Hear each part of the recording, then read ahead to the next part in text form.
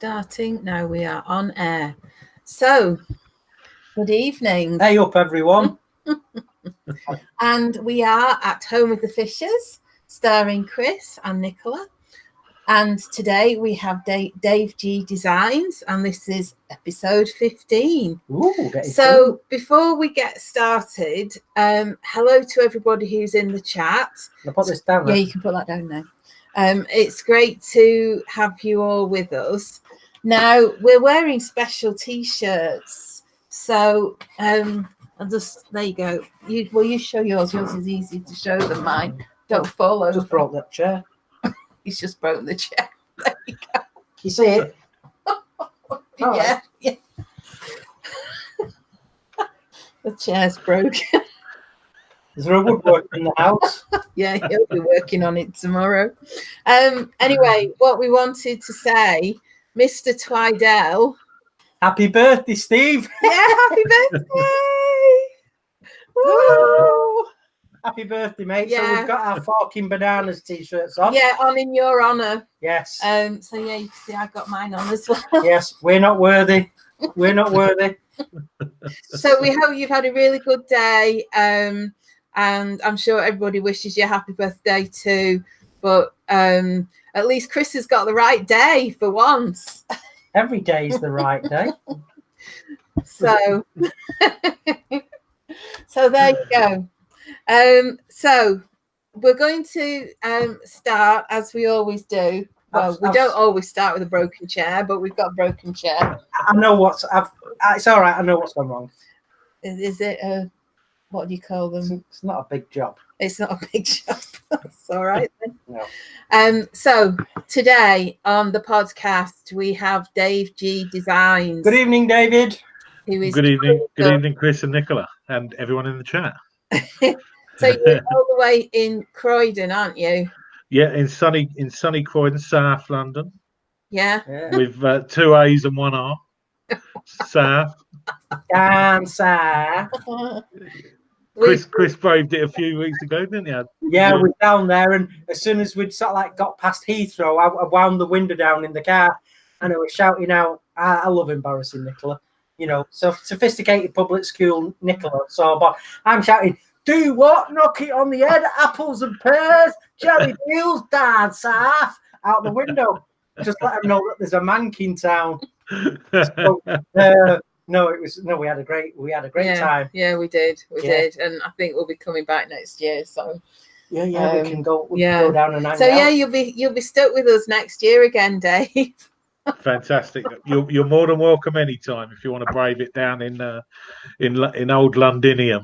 Yeah. Down in the smoke. Yeah, it's a great club, everybody, and we had a great day, and they made us feel exceptionally very welcome, and they looked after us and then some. Yeah, they were so nice. We had a great demo, lots of banter, and it's nice to go to a wood turning club where after you've been there for 5 minutes, you feel like you're with old friends. And that made for a good demo because everyone's relaxed, which we were discussing. Before we went live, how to demonstrate, in my opinion, to get the best out of yourself and your audience.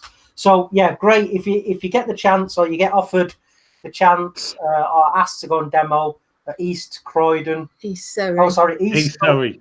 East Surrey wood turning club. Do it. Yeah, it's a good place. So how long have you been a member there? I think I joined about 18 months ago. Yeah. It wasn't long after I started turning, because I've only been turning for a little bit over that. So I kind of got into it and started looking on the internet for wood turning clubs. That one came up. I thought East Surrey because East Surrey is sort of like a bit further on from me, but I realised they actually meet about, 5-10 minutes up the road from my house. I'm literally walking distance. Right. So I thought, that's a result. So I went up there, and here we are today. I'm actually on the committee now. Wow. Who knew? Who knew? You'll put me in charge of things. That's a stellar rise. So, how did you? Well, I'm going to ask you a few additional questions. How did you get into wood turning then? Okay, so I started off. So I've always been, not handy, but I've always done a bit of DIY. So I've not, unfamiliar with power tools and whatnot. And I had a lot of mates who were in the trade, so I used to get a lot of tips and hints off of them. And then I'd say probably about 3 years ago, maybe 2 or 3 years ago, I said to the missus, we was watching a program on telly, and someone made a garden bench, and I said I could do that, and she said, no, you couldn't. I said, yeah, because she went, well, go on, I'm going to do it. I said, all right, I bloody well will. So I went out and I bought some wood and I made this garden bench, and she was well impressed. So I sold it. And then someone else said, can you make me one? I went, yeah, all right. So I did another one, and I carried on and carried on. And then after I'd done about, I don't know, 12 or 15 garden benches, I think I was a bit benched out. So I started making a few tables, and then I started having ideas about, putting, like, I've put in what do you call it, like, the plastic tubs, like containers in the middle of the table, setting that in so you can fill it with ice and put bottles of beer in and all that kind of stuff. And I was just started doing stuff like that. I had double chairs, like 2 seats with the table in the middle that lifted up and had a cooler in it, and a bottle opener, and a bloody parasol, and all sorts of stuff I'd come up with, and I'd put it together. And then around the time I started watching a lot of YouTube videos, so I was constantly watching people making stuff and thinking, oh, that's really good, or I'd sort of think, oh, I'd like to have a go at that, but if I did it, I'd do it that way, kind of thing, And slowly but surely I started building up more and more tools in the workshop.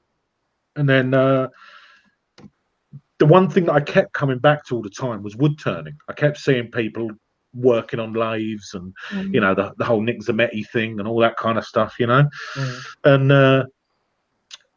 I joined a few groups on Facebook, and I was chatting on there to people, and somebody had sort of said, oh, where is everyone? And everyone was sort of saying where they were, and I kind of said, hey, look, I'm in South Croydon, it'd be really cool if there was anyone in my area, because I'd love to have a look at it. And this guy contacts me, and he lives in Kenley, about 20-30 minutes away. So I went over to his house, and he said, oh yeah, you can have a go. And I turned up at like 9 o'clock on a Saturday morning. I think I got in about 6 o'clock that night, and I said to the missus, oh, that's me done. That's me. As soon I made 2 pens. I always remember I made one walnut pen and one maple pen. I honestly can tell you that as soon as that tool touched the rest, I thought, this is a bit of me. I've got to have some of this. And within a week, I'd been down to Axminster. I dropped £1,000 on a new lathe, the chisel. I mean, like, literally, I went mental and bought everything. Do you know what I mean? And and from that point on, it was like I'm just really into. But I still like to mess about a bit. You know what I mean? I don't want to be sort of not pigeonholed, but I don't tend to stick to one particular thing. My brother sort of said to me, my brother lives out in Texas, and he said to me, at one thing. He said, you seem to flick around the place. And I said, yeah. I said, but I just like doing what interests me. Do you know what I mean? Yeah. I think, well, I'm the same. I've got lots of different interests, and sometimes I don't do any of them for a while, and then I'll sort of dip in and dip out of other things. But yeah, I like to do lots of different stuff as well. So is there any reason why you like making? What is it about making? So I find it really therapeutic.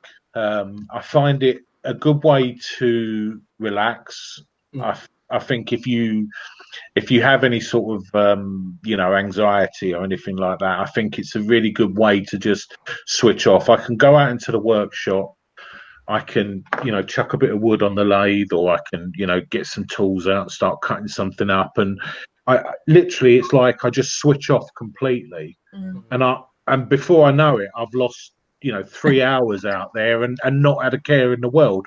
Whereas you could sit indoors sort of worrying about this or thinking about that, Yeah. or going over and over the same thing in your head. Do you know what I mean? Whereas you just go in a workshop and everything just goes out the window and you just focused on what you're doing, you know. Yeah. Plus I find it relaxing and therapeutic. I enjoy it, and that's, for me, that's the key. And I know that sounds a bit daft, but I do what I do because I enjoy doing it, Yeah. not because, like, a lot of people have said, oh, you know, would you do it for a living? And I say, I don't know, because I really would like to. I'd like to be able to say, oh, I do this every day. Why would you not want to do something you like doing? But as soon as it becomes a business, suddenly it's a different angle you're coming from, and you can't sort of say no. Whereas I can do, I mean, I've got projects I've done where I've done it because I thought it was a good idea at the time, and you know, I enjoyed making it. Mm. But I've also had projects, like I had a children's nursery contacted me and said that they had a picket fence that they needed changing. They said, we want a new picket fence. Someone's put us in touch with you. Said you might be able to help us out. So I went down there and I had a look. And long story short, the place was called Jigsaw. So what I ended up doing was they wanted the pickets higher. So I ended up raising the pickets up. I bought all new palisades. I raised all the palisades up, but I shaped them all into pencils. I coloured them all different colours, so they all look like colouring pencils. And then I put a new gravel board on the bottom, but I routed it out into the shape of jigsaws and blackened up the grooves, so it looked like there were strips of jigsaw along the bottom, and they were absolutely made up with it. Do you know what I mean? But I said to him, I don't do it for a living. I just do it to try and help people out. And if it interests me, if someone had said to me, hey, can you come and help me put this fence up? I'd have gone, nah, you're all right.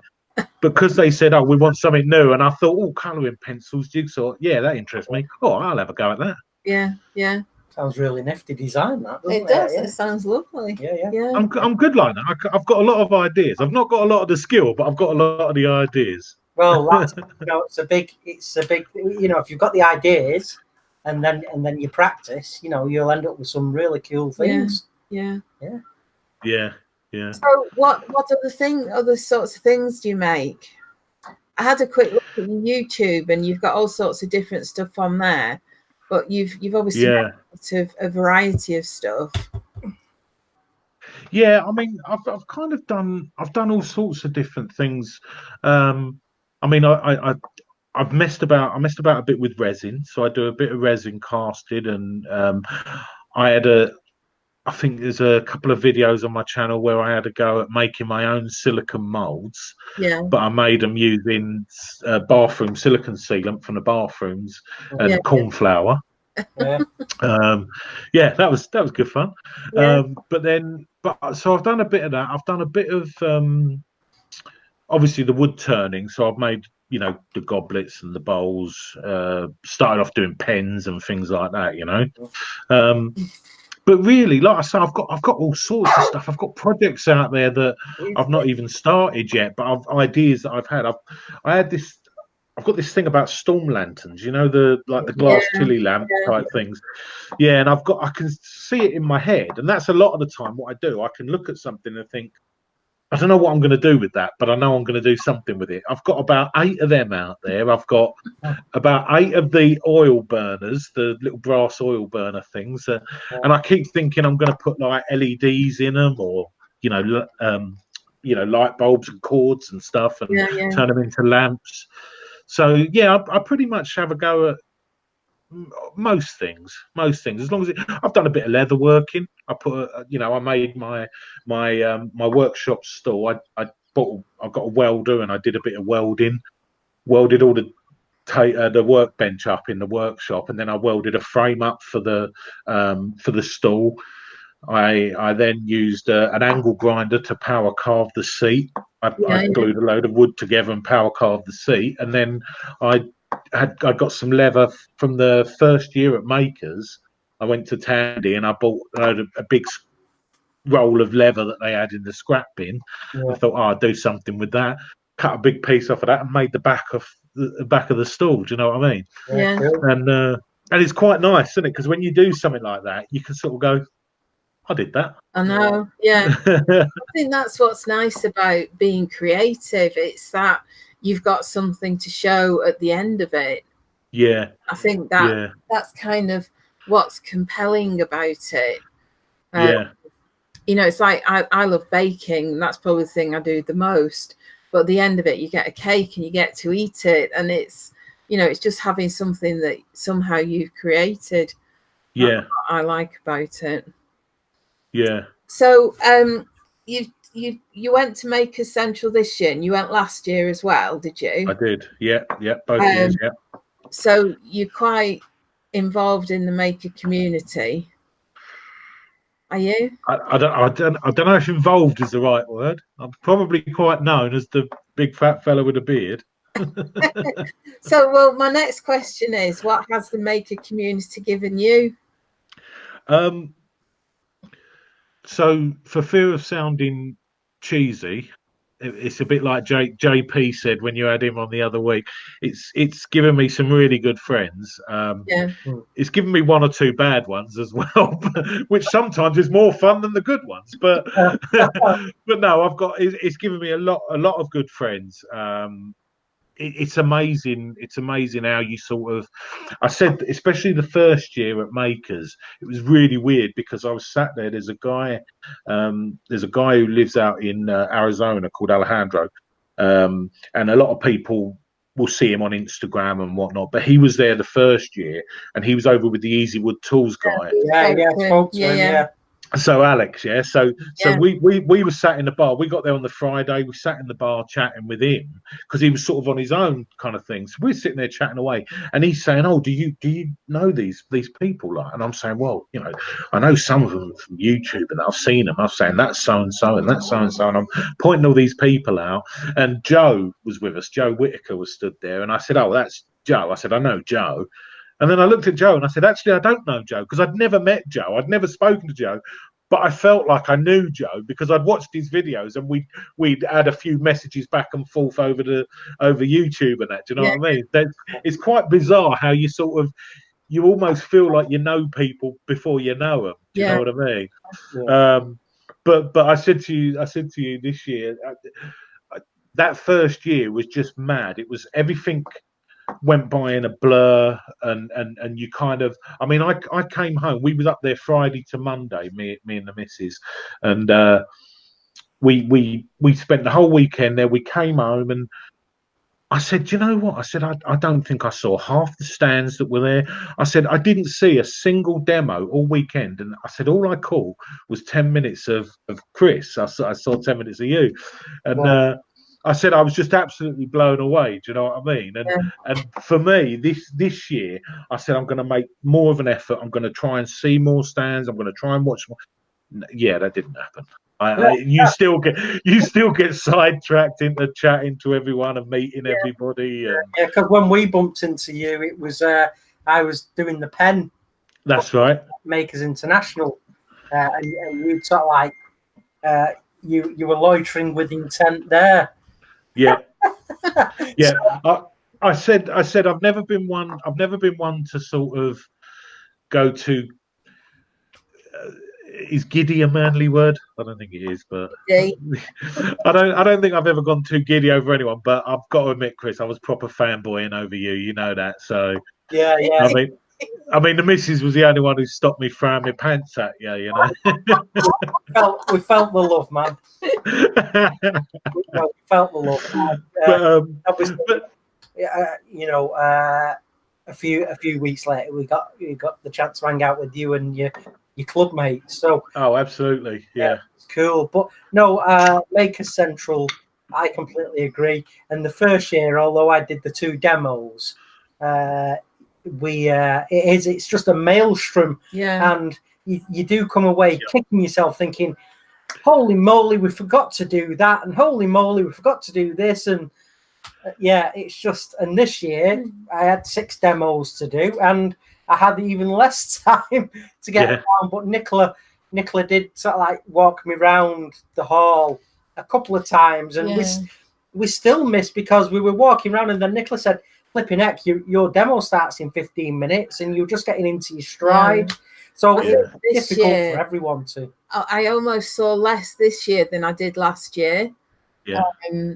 because, well, you were so busy and I was with you most of the time. It was only a bit when I wandered off, but yeah, it was sort of, you almost wanted an extra day.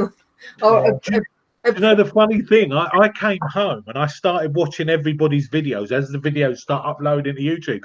And I remember watching them and seeing stands and thinking, I didn't know they were there. Where was that stand? I never saw that, you know. Yeah. And I realised how much I actually missed. Do you know what I mean? And I was the only. I said I think it's the only like show or tool show or whatever you want to call it that I've ever been to where I actually walked in when the doors opened and got kicked out when they were closing up the hall for the night. Do you know what I mean?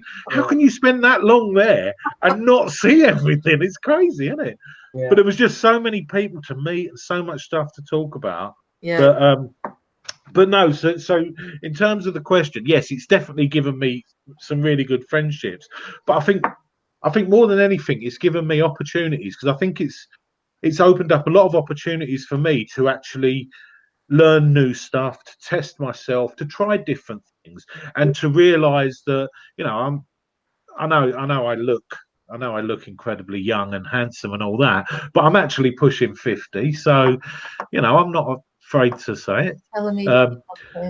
I've got to tell you don't look it. Yeah, thanks, Chris. Cheers for that, mate. We should have probably rehearsed that one a bit more. Yeah. Well, I'm pushing 50 as well. Yeah, but the worst thing is you look a lot better than I do on it. Well, that ship sailed quite some time ago for me. Well, no, you don't look it at all, Nicola. No. Thank you. That's so kind of you to say. Yeah, despite the white hair. Yeah, long time. Yeah, but no, it gave me opportunities to sort of to express this sort of creativity that has probably always been there, but I've never really sort of used it much. Do you know what I mean? Yeah. But I think more than anything, it's given me inspiration. I mean, I said to you, Chris, I've got, my missus complains because I've got all my stuff seems to be lying around everywhere, but I've got this. This is what is it? This is my compressor. Oh, you got one then. Seriously, if this is not the epitome of inspiration, I don't know what is. I watched you using this on the Saturday. I got home Saturday night and ordered it, and it was delivered on Sunday. Brilliant. Do you know what I mean? So if that's not inspiration to go out and try something new, do you know what I mean? But I watched you using it and thought, oh, I've got to get one of them. Yeah, they're so easy to use, and I mean, if you back the pressure off. And sort of like back the trigger off, you know, they're so controllable. And I mean, like I say, I have to rely on hearing the sound of the airbrush when it's hitting the edge of the bowl or a rim. But I mean, within, you know, listen to a couple of videos on YouTube, have a bit of a mess around, and within half an hour, you can be pretty accurate with them. Yeah, yeah. But you know, it's funny. It's funny you mentioned about the sound on the rim. So when you talk about the sound on the rim, I feel like I need to show off at this point. So this is my Nicola bowl that I'm very privileged to own. So this was made by your own fair hands, Chris, as you know. But when you did this rim, there you go. When you did this rim, the amount of people, my daughter, I was telling my daughter about this, and she said, oh, so what does he do? Like make the thing black and then turn the bowl? And I went, no, he turned the bowl and then he sprayed it black. Oh, right. So what, like he put tape around? No, I said he just sprayed the edge. She went, but how does he not get the black everywhere? I said, because he listens. And do you know the funny thing about it? The amount of people that came to that demo that have gone away and come back and said, do you know what? I tried doing stuff with my eyes closed, and I've tried doing this with my. There's probably going to be like 97% of our club that ends up dying from tools through the eyes or something, where they're all trying to copy the blind wood turner. Yeah, better of our insurance. Yeah. We better get some better public liability. But for anybody listening. But if you want to have a mess around with a blindfold on in your workshop, you know, you've got my blessings, but please be careful. Yeah. But But you know, even I would suggest before you try hollowing out or turning a bowl with a blindfold on, just put a blindfold on and just try and walk through your house for half an hour and listen to the TV and try and make a sandwich with no eyesight, you know, and then go out and turn something. I mean, that's the beauty of it, though. It's not even the turning; it's how it makes you look differently at what you're turning. Yeah. So when we was all talking about it, because I was up there Saturday, I said to you we had a 25th anniversary barbecue on Saturday, and I was talking to a lot of the guys there, and they were saying that since your demo, it's made them think differently about the processes that they follow. And whereas before, I can't remember, I'm probably going to word it all completely wrong, but sort of to misquote you, what you said was a lot of people go, oh yeah, I can just do that, and they overshoot it a bit because their eyes are sort of lying to them almost. Yeah. Do you know what I mean? Yeah. Or they get a little bit overconfident with it. Whereas watching your demo, people are now starting to listen to what they're doing more, and they're starting to feel. I think the mantra for the day was start, stop, and feel, wasn't it? Do you know what I mean? Yeah. You constantly start, stop, feel, and it is that kind of process that you think, actually, yeah, why do we just turn and just go like that when we could actually stop, have a feel, think, oh, I want to do this, I want to do that, and you do start to pick up a bit more on those other senses. Do you know what I mean? Yeah. Well, it can't do any harm, that's for sure. You know. Yeah. And to just, you know, start trusting your hearing and your touch more, you know, it can only make you a better turner. You know, it's not going to do anything derogatory. It's all going to be, you know, another element to your skill level. The fact that you're listening and feeling more, and of course, you know, because you're sighted, while you're feeling, you can have a look and go, yeah, that feels like that, but I know why now, and that feels a certain way, and I love that, you know. Yeah. So it's funny because you're not the first person to say we're going to start feeling and listening more intently to our wood turning. It's been said since turning at your club a couple of times, because I think it was the day that I did the 2 demos in North Wales. Yeah. On the same day. So someone said to me, yeah, we're definitely going to listen more intently to what we're doing. Yeah. And that's the thing. It's that inspiration. And, you know, I've watched a lot of people, and I think one of the things that I've often talked about is like this sort of, there's almost like an overlap between inspiration and plagiarism, isn't there? Do you know what I mean? Like, because you can't help watching people and thinking, I really like that, but I wonder if I did this, and just putting that little tweak on it. Makes it sort of yours, as it were. Do you know what I mean? But I've done things like my first go at resin art, when I put the canvases out and I just pour all the coloured resins on. And I'm not artistic. I always say to people, there's 2 things I go by. One is I'm not a wood turner. I'm a guy who turns wood. There's better wood turners out there than me. I can do it a bit, but I'm still learning a lot. Do you know what I mean?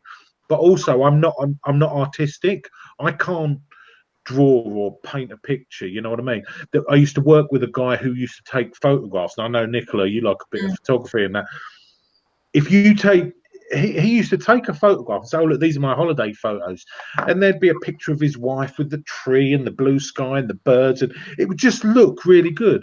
And when I'd take the same sort of picture, it'd be a geezer next to a tree, and that was it. And you kind of look at it and think, it doesn't look the same, and it's all about that framing it and having that artistic eye on it, you know. Well, I'm not artistic, but I am creative, and I think I can, a lot of the time I can come up with ideas of stuff that I want to do. I can see it in my head. I've just got to try and get it out into reality. Do you know what I mean? But yeah, so I watched videos of like Pam Harris with her resin art, and I you know, I had to go at doing some resin art and stuff, and it was great fun. I really enjoyed that. But I watched a lot of hers to see how it was done and all that. And then people like JC, like John Clovier.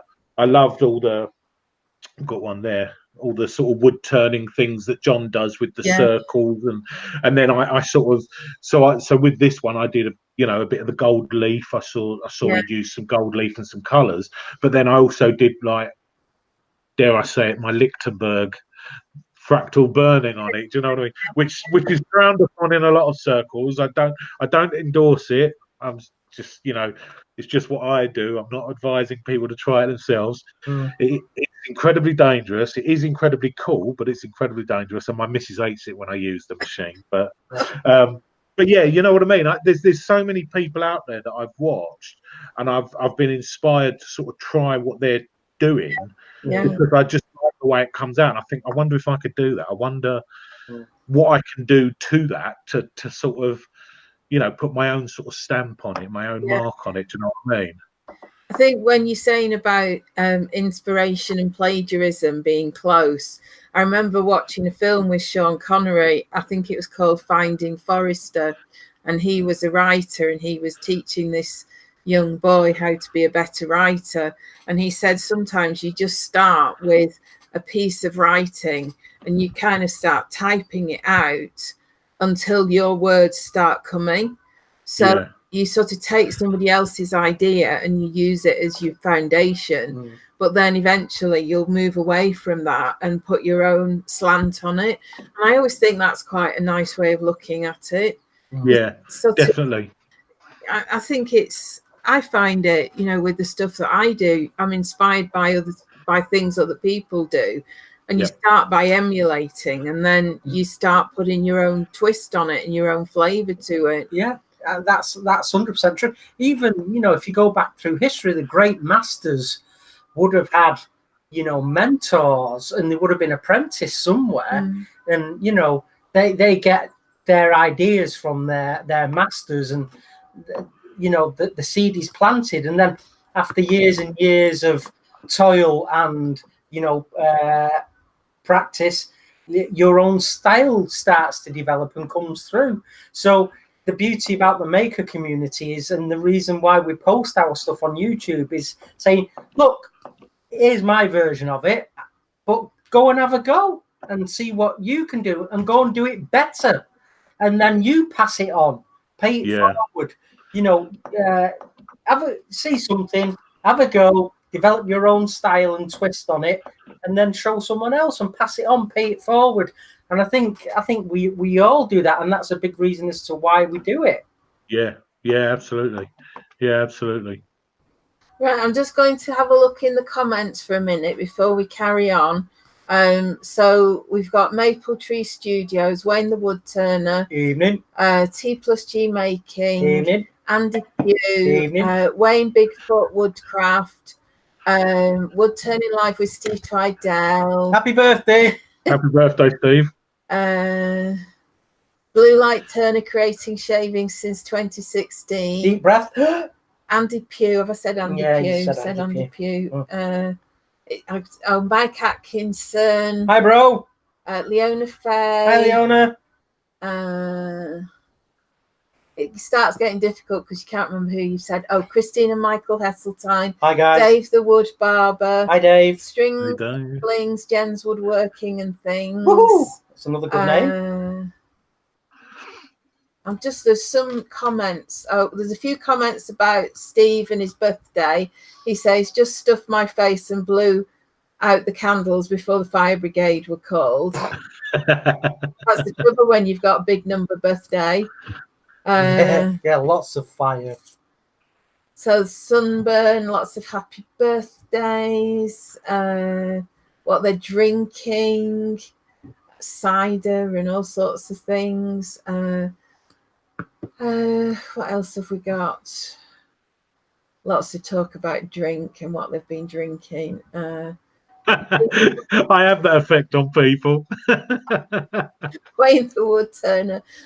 Christina Michael Hesseltine said, this was a bit about you saying about Maker Central and Makers and Friends. That was how we felt with the first You Kiss in 2 and 3. Yeah, that was good.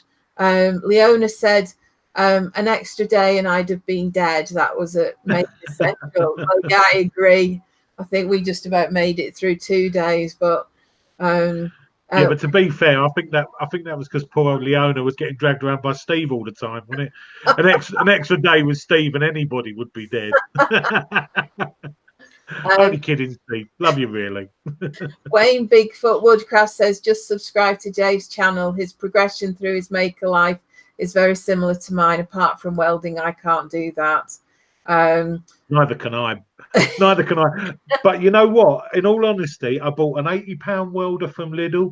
I watched a few videos online, and I've had a go. It's There you go. Touch wood, dare I say it, it's still holding up. I've bashed everything on that workbench, and I ain't fell off the stool yet. So have a go. You'd be amazed. It's brilliant. It's absolutely. And I always say the one thing about creativity is that the only thing that limits you is your own imagination. Yeah. If you come up with an idea, what's the worst that's going to happen? It don't work. Yeah. You know what I mean? As long as it ain't dangerous, does it matter? You know, well, it's about having fun along the way, isn't it? Absolutely. The resin art is a great example of that, because every one I've done, I've made all these abstract pictures and all the resin set and everything, and then I took an old fence panel that somebody gave. It sounds awful, but it was quite a nice fence panel. But I recycled some of the wood to make a frame, and I framed all these pictures up. And the great thing is that you've actually got 4 different pictures, because it depends which way you hang it, because there's no right or wrong way to put it up. Do you know what I mean? Yeah. And that's what's brilliant about it, because you can just constantly have a go at this sort of stuff. It's interesting. You mentioned about my sort of journey on woodworking and YouTube and whatnot, because one thing I did want to say is, so I've struggled more recently in terms of the YouTube stuff and all that. One, because I've had, you know, things going on in life, as you guys know already, but also I signed up for a craft show, which was something quite new to me. I thought I'd give it a bash, and I've done about 2 or 3 of them now, and it's good fun. I enjoy it, because when you're making this stuff, there's only so much of it you can keep. Right? Eventually, you've got to find an outlet for it somewhere. Yeah. And also, it gives you an opportunity to tell the story. So I realised that, you know, when you go out and you've got like the Nicola bowl, it's not just a bowl, it's the story around the bowl. Do you know what I mean? It's the wood that you've used, it's the process that was followed, and when you do this, it makes that, and you know, I can talk for hours about some of the crap that I've made, and people are really engaging with it. Do you know what I mean? If you've got if you've got a pen made from bog oak that's been carbon dated to 4,000 years old, suddenly it makes it a talking point. Do you know what I mean? Rather than, I'm not selling a pen, I'm selling the process around that pen. You know? Yeah. And I kind of did these craft shows, but because I was trying to get stuff ready, I was literally just hitting the workshop, just trying to get as much stuff done as I can. And I realized that actually I really enjoy the process. I enjoy the making. What I don't enjoy is the filming and the editing. I don't think I'm very good at it. And I don't really like it, because it tends to suck a lot of the fun out of it. So I've kind of struggled more recently. I don't think I've uploaded a video for a good 2 or 3 months, maybe. You know what the answer is, don't you? Go live, do a podcast. YouTube live, yeah. Yeah, I mean, I've thought about it, but one thing I have got on my channel is I started off. I had this idea for what I called Makers Showdown, and the idea was that I would get 2 makers together, and I've got a random wheel of, I forget what I called it now. I made some wheel up that spins with the whole thing, you know. Like Wheel of Fortune. Yes, like that. And basically what I do is I spin it and I choose an item. So it might be something that spins, it might be something you use to eat with, like a fork or a plate or a cup or whatever. It could be anything. So once we've got the object, I then spin it again and get a material. So then they have to include whatever the material is somewhere in that build process. Do you know what I mean? Yeah. And I did a couple with Pam and Joe did the first one, and I had Richard Bennett, you know, the Beard 16.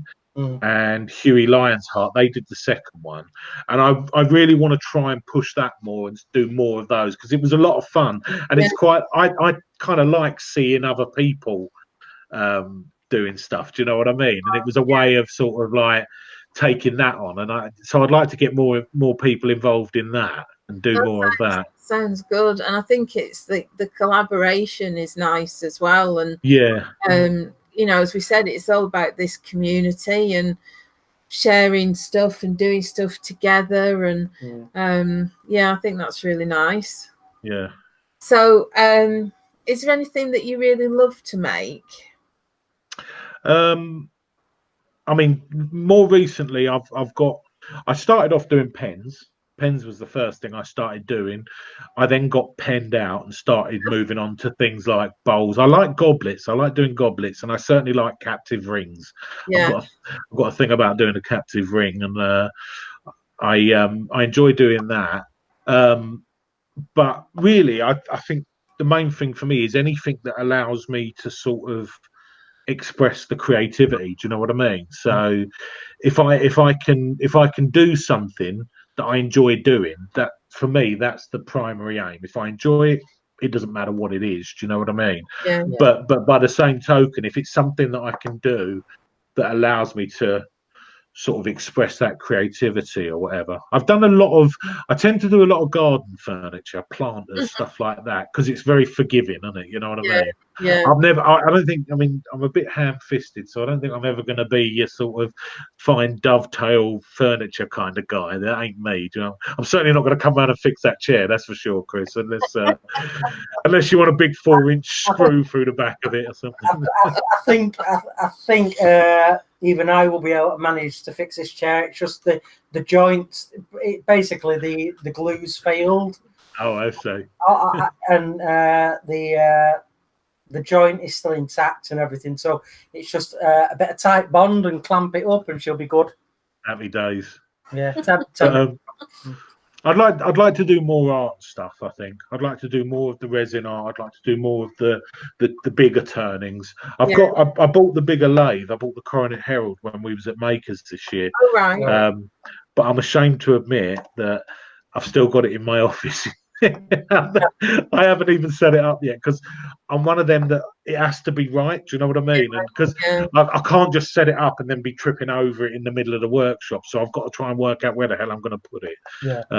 But as soon as I've done that, then I want to start turning bigger pieces and more sort of. I want to sort of bridge that gap between the sort of wood turning and art, if you like. You know? Yeah. So, can you tell us something about you that the maker community doesn't know? Oh, okay, so here's a good one. Where's that secret woodyard that was on that video? I'm not at liberty to tell you about that. All right, tell us something else then we don't know. You'll have to work a lot harder if you want to get that one out of me. When I was listening to that, I thought, sounds a cool place. Oh, it's brilliant. Oh, it's absolutely beautiful. Yeah. But no, what I was kind of thinking about this, and I was thinking all along the lines of, you know, what have I done in previous years? You know, I'm a qualified chef by trade, so I was originally, when I left school, I went off and did all my training for 2 years, and you know, the whole Jamie Oliver thing. But then I thought that's a bit naff, and then I thought, okay, well, I know I was on TV about 9 years ago. We did a TV program with Tommy Walsh, where it wasn't Ground Force, but we did a similar sort of thing. And I thought, that sounds a bit crap. And then I thought, I know. So last year, and a lot of people I don't think will know this. I don't think I posted on Instagram now. I'm just trying to think. Last year, I was on stage at Wembley Arena with, okay, it gets better, with Vanilla Ice and Salt and Pepper, Tone Loc, Coolio. Oh yeah. Yeah. Because my mate, I've got a friend. I think I said to you earlier, my brother lives out in Texas. Yeah. And I used to go out there a lot every year to play golf. And we'd go on a golf trip with all his mates and all that. And there was this one guy that I got friendly with. His name was Keith, and he was the drummer for Vanilla Ice. Right. Yeah. So when he came over, he messaged me and said, "Hey, look, we're coming to London. You know, you got to come and see me." So I said, "Okay." So he added us on the guest list. So when I turned up with a couple of my pals, we sort of went in and we're on the VIP list for Vanilla Ice, and we've got all these like badges and all that. And then they took us, like, he came out and said hi, and then he took us down to the front, and we sort of like, the guy big security guard pulls back the barrier, and we go through, and we're in the VIP section now, and there's loads of space, and I think, oh, this is nice. And then he says, yeah, come through this curtain, and we go through the curtain and then up the stairs, and there we are right at the back of the stage. Wow. So my mates have gone forward and they're dancing on the stage like idiots with Vanilla Ice and all that, but I went up these steps and I was stood behind my mate while he was drumming. Oh my god, it was just phenomenal, unbelievable experience. But he's no longer Vanilla Ice's drummer. He's now the drummer for Salt and Pepper, and he's just finished a tour with New Kids on the Block. Wow. Yeah, That's cool. So there you go. So last year I was on stage with Vanilla Ice. That's cool. Not many people can say they've been on the stage. No. Wow. Yeah. Let me see. So has anybody got anything they'd like to ask Dave before we carry on to the what the Fishers have been doing this week segment? Dun, dun, dun. Because I'm listening to you, I missed some of the comments, so I'm not sure if anybody's asked anything or I've just missed it. So if you've asked anything, you might have to ask it again. Steve Twidell says, does no one realise that the dark glasses Chris wears are X-ray glasses? He can see way more than any of us. He's a regular superhero, is our Chris. Well, that'd be cool. You remember when you used to go to the joke shop as a kid? And they were selling the X-ray specs. Yeah, with the spiral on them. Yeah, well, I kept them because they really were. Yeah, that's right, with the spiral on. Yeah. There's a question here. The way you're laughing, I don't know if I want to hear this. Get it said. Dave the Wood Barber. Oh, God. Is Dave going to put some gold leaf in his balls? I'm taking it that's not a rude question. Does that mean anything to you? Yeah. So when I was at Makers this year, I had a piece on display on the House of Resin, which was a sphere. a sphere, but Dave was more impressed with the fact that he'd seen my balls. Oh, right. And I think that's what he's referring to. And if he's referring to the other thing, we said it happened once. We'd never talk about it again. It was a mistake that should never have happened. Maple Tree Studios, are you going to build the new workshop? Am I going to build a new workshop? If I am, I'm going to build it just like his, because I'm not convinced that's a friend of mine called Dale, and I'm not convinced that he actually does do any work in his workshop, because it is without a doubt the cleanest workshop you've ever seen in your life. Wow. I mean, there is not a speck of dust, let alone sawdust. Wow. And it's all super high tech. He's got all his. You'd love it, Chris, because he walks in and says, "Alexa, put the lights on," and all the lights come on. And, it's all voice activated and everything.